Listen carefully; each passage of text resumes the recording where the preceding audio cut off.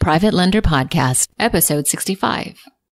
The Private Lender Podcast quote of the day comes to us from Jonas Salk, who said, "Hope lies in dreams and imagination and in the courage of those who dare to make dreams into reality." This is the Private Lender Podcast, the show that shares practical advice and know-how for new and seasoned lenders, from private mortgages on single-family houses to joint ventures on commercial projects and beyond. Discover details about investment vehicles that you won't find at your local bank or online broker. Listen and learn from private lenders and real estate investors, as well as from professionals and entrepreneurs, as they share the details, strategies, and the insight that allows for successful and prosperous lending. Now, get ready to increase your ROI. Here's your host, Keith Baker.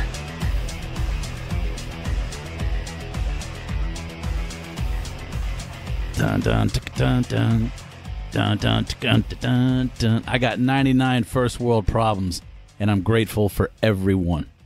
Everybody's welcome here at the Private Lender Podcast, and you don't need a ticket to get in. You just need an internet connection and some device with a speaker of some type. I'm your host, Keith Baker, and you're listening to episode number 65. My goal is to help people just like you and me keep their money as safe as possible while building wealth with old world pragmatism and without banks or Wall Street brokers. If you're looking for a way to learn how to build your wealth by utilizing time-tested methods in this ever-changing world, then my friend, you are in the right place. Look, I'd like to thank you for sharing your time with me today because I know it's valuable, because mine is, so yours is as well. So let's go ahead and jump right in today's topic, which is going to be about defining, utilizing, and threatening penalties for borrowers who are late on their payments. So meaning if most of my payments for my loans are due on the first of the month, there's going to be a 3 to 5 day grace period, after which if they haven't paid, the payment's considered late, and there's normally a percentage of that payment penalty. So like 5%, 10%, for example. And we'll get into the legal aspects of it here in just a second, but just to explain what we're going to do today, I want to put it out there. So yeah, there's a late payment after the grace period, legally by contract, by the documents, the promissory note, backed by the deed of trust, allows the lender to charge the penalty. And this recently been brought to I was questioned when to use them. And it kind of struck me oddly, I guess, because my immediate answer was always. It just kind of threw me out. Like always, if someone doesn't make a payment, if I miss a payment, I get dinged somehow, some way, whether it be a credit card, a mortgage, a car payment installment, any agreed installment payment. If I don't make it, I get dinged. So it really kind of took me back. Why wouldn't you think about that? And, well, I've made this loan to a friend. I'm like, see, there you go. There's a friend first, and that's the basis of the loan. And what's the number one pillar? Never lend any money to a friend or family member who is in need, but rather give them the money without the expectation of it being paid back. And these are the contingencies you kind of have to plan for, and the stresses that you can mitigate ahead of time by sticking to rules and not loaning to friends. Hey, if it's a good deal, set them up with somebody that's willing to lend, or someone that, it might be a symbiotic relationship. It's like doctors don't operate on their own family. And I kind of take that same approach with lending because people get funny about money. Well, they certainly can. Most oftentimes we do. So that's right there is that rule, why that pillar comes into place for me. And look, do I always follow it? No. We all got that one family member or that one friend we break the rules for. And that's not a judgment. It's just kind of the reality. But if you go into your lending with this attitude, armed with this attitude, then it's easier to not feel guilty because you've set up your parameters. Those parameters are agreed to, and then the other party fails to live up to it. You get to do what is allowable by contract. So that includes not just foreclosure, but charging for late payments. So let's go ahead and jump right into the legality issue of this. I've only done this in the state of Texas. I only am speaking from the state of Texas. So wherever you are, obviously, I will defer to an attorney who's licensed with your state bar, who does real estate transactions as their primary mode of earning money. And this is why having, I think, several attorneys on your team is good. Oftentimes, we take what attorneys say as the gospel, much like a doctor, or unfortunately like a weatherman. And when those things don't pan out the way we were told, we get upset and we blame them. So that's one thing to keep in mind, but it's not a reason not to use attorneys. they're going to be the closest to the court cases. They're going to have the access. And I'll give you a prime example.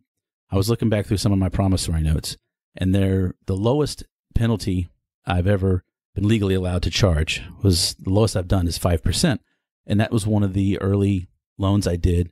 And I just used the title company's attorney, which, again, I recommend. You certainly can.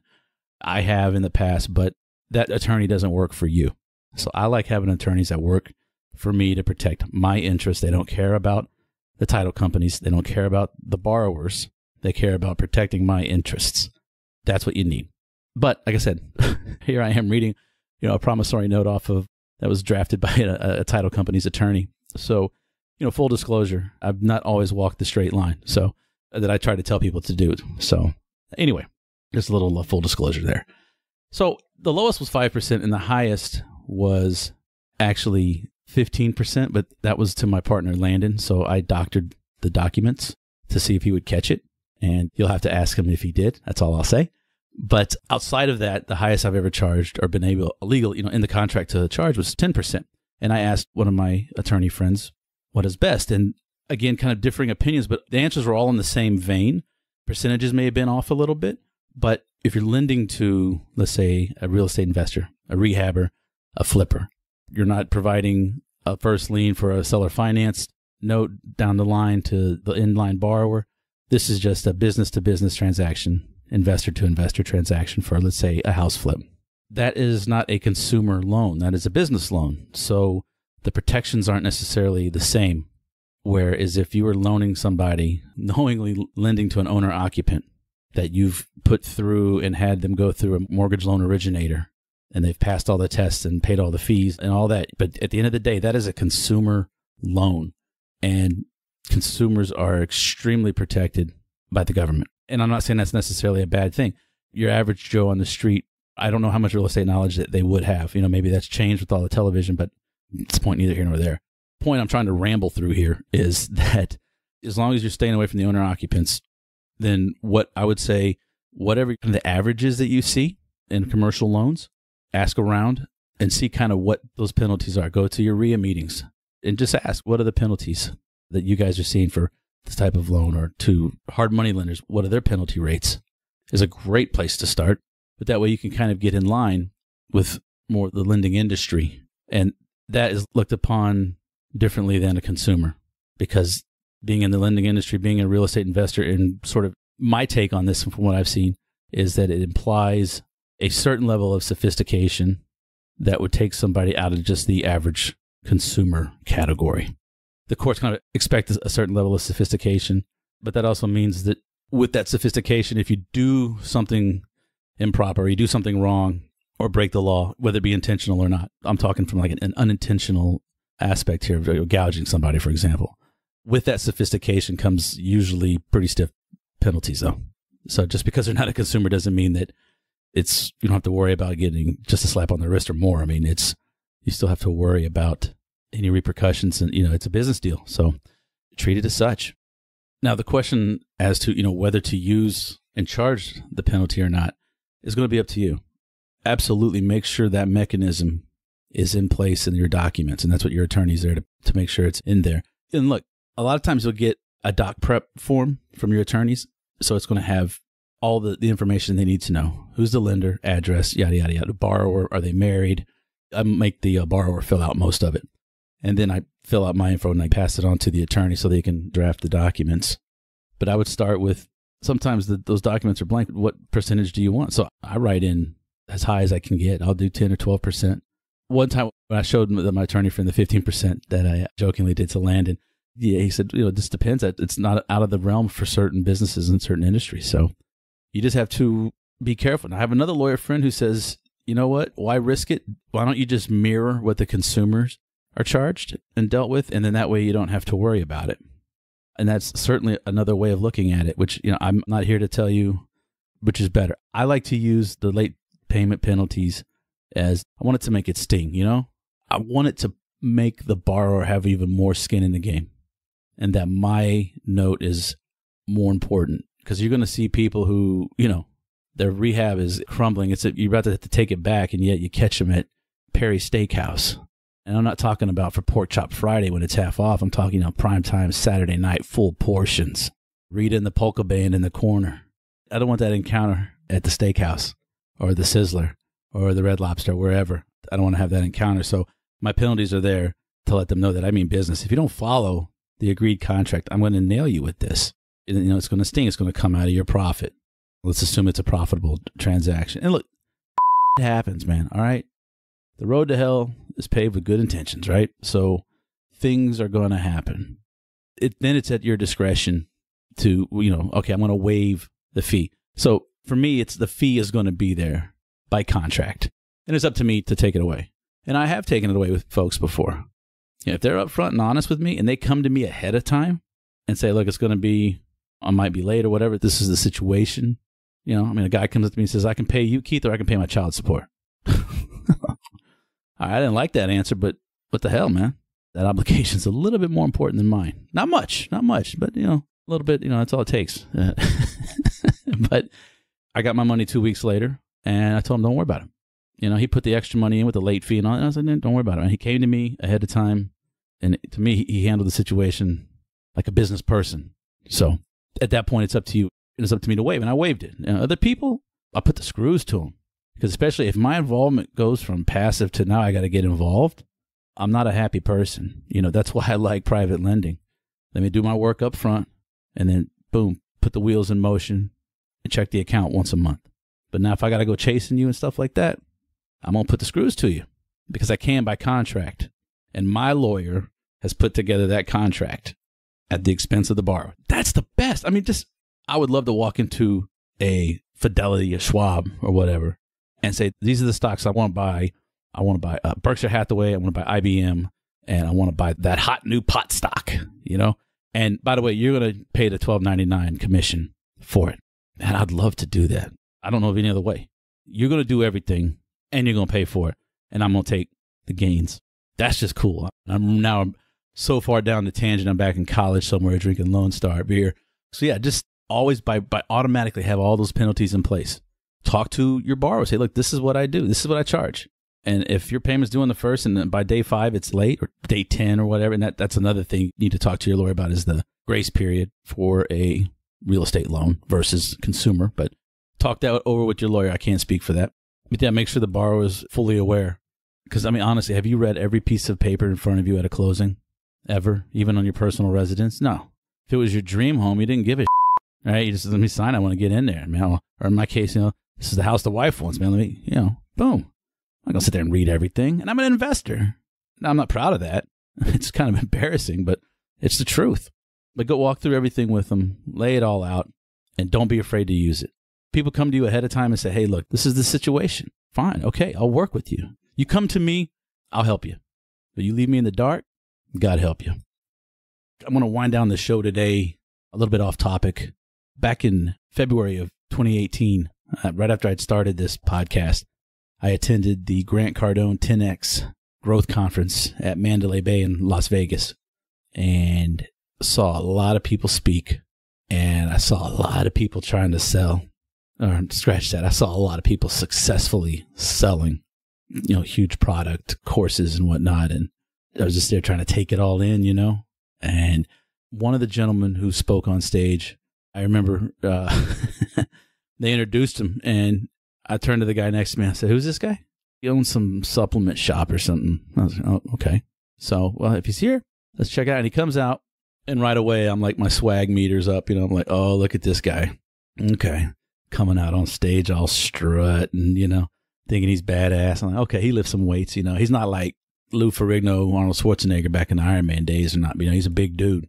And he starts walking around and talking about how he was in the bathroom before he went on stage, and he found, there's a paper towel from somebody who dried their hands sitting on the floor by the wastebasket.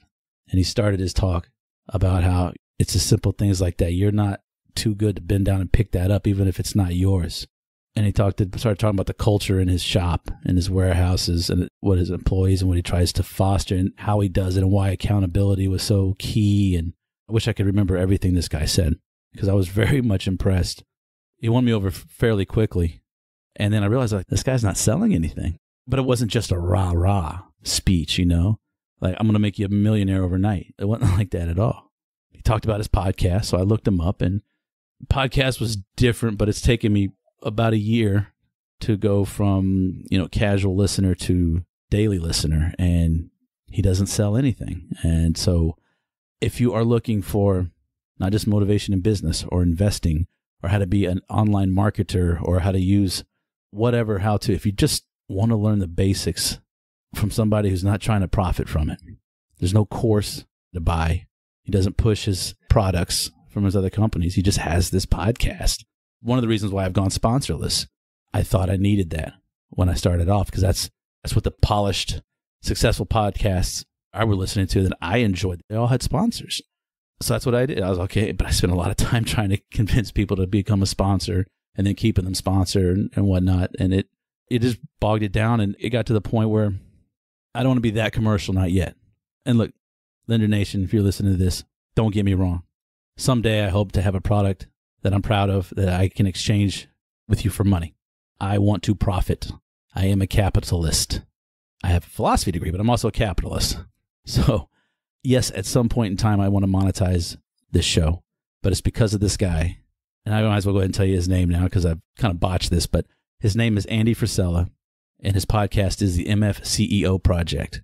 And he asks on every episode, when I say things, leave a rating and review, go to the website, go to social, yada, yada, yada. Andy does something that is amazing, amazingly simple, and yet amazingly effective at the same time. He says the podcast is not free, that he does charge a fee, but the fee is not money. The fee is if you find value in his show, each episode, if you find some value in it, tell a friend. However you want to tell them. Tell them on the phone, text them, email them, whatever. Just tell them about the MFCEO Project. And just for the record, that does stand for motherfucking CEO. And Andy tells you that at the beginning of every podcast. But here's a guy who's not selling anything directly on his podcast. He's not using his podcast necessarily to monetize anything. He just gives like advice and how-to stuff and buckle up, buttercup, because if you want success, it ain't free. Freedom's not free. Success isn't free. You got to work for it. And that resonates really well with me, the way I was raised, and how this podcast came together after I read The Richest Man in Babylon, was take 1/10 of your money and make it work for you. Put it to use, find people who do whatever it is you want to invest in and let them, trust them with your money and let them do the hard work, right? You work hard at your job, right? So I'm doing insurance adjusting. I'm doing some real estate on the side, and I work hard for that. But at the same time, now I let the people who are dealing with contractors make the money for me. Do I make as much as them? No, I'm not as actively involved as they are. I don't have a problem with that. But Andy's, it just comes back, and I've been listening to it more and more. I listen to Vaynerchuk and Stuman and a few others, but with Andy's, it's really there because you can tell he's a passionate individual. And I have not met him. I have no affiliation with him. I'm just passing it on that I find a lot of value in his show. And so I figured I'd tell as many people as possible on episode 65 and just put it out there that go listen to Andy Frisella at the MFCEO Project, Apple, iTunes, wherever there's podcasts, just like with my private lender here podcast, go listen to it. He is a bit of an acquired taste. I'm not going to lie, as most people who shoot from the hip are oftentimes viewed as. But yeah, no, go check it out. I'd appreciate it if you would. Outside of what I've gained and the value I've gained from the MFCEO Project and listening to it, there's one thing I wanted to talk about Andy that is the most amazing part. That's the most amazing effect of him using this method of tell a friend. If you find value, please tell a friend, tell somebody that might be able to use it, or just tell anybody. Just put the word out there, because he doesn't have sponsors. He doesn't charge. He's not selling. And this guy is number one in iTunes. So I'm going to steal that from Andy, but I'm letting you know that I'm going to steal it. And rather than, all this social, just tell somebody. Spread the word. Tell your friend. Tell your coworker. Tell your kid's friend. Make your kid uncomfortable. That's the best part about being a parent of a tween. Anyway. Yeah, just, please spread the word. That's all I ask, which is sort of in line with what I've done in the past. Ask that you give me a rating and review, because that certainly does help, and it's the quickest way to go, but I like the simplicity of it. But I also want to thank you for your time and for listening today. And until next time, I wish you happy and prosperous private lending.